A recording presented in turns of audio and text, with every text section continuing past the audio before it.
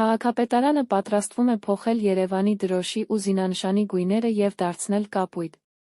Facebook-յան էջում այս մասին հայտնում է Երևանի քաղաքապետարանի տեղեկատվության և հասարակայնության հետ կապերի վարչության նախկին պետ Հովսեփ Կուբացյանը։ Նա նշել է, որ հարցը ներառված է Երևանի ավագանու դեկտեմբերի 23-ի նիստերի օրակարգում։ Կուբացյանը հրապարակել է նաև քաղաքապետարանի հիմնավորումը։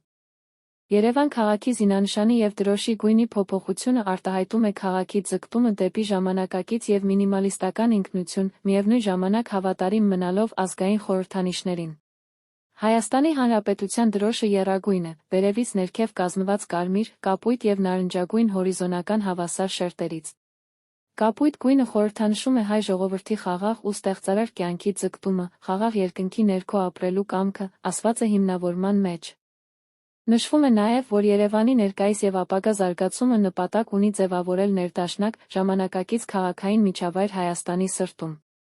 Երևանի զինանշանի և դրոշի գունային փոփոխությունները արտահայտում են քաղաքի կերպարի նոր փիլիսոփայությունը, անցում դեպի նորարարություն, արդիականացում և կայուն զարգացում, ասված է որոշման նախագծում։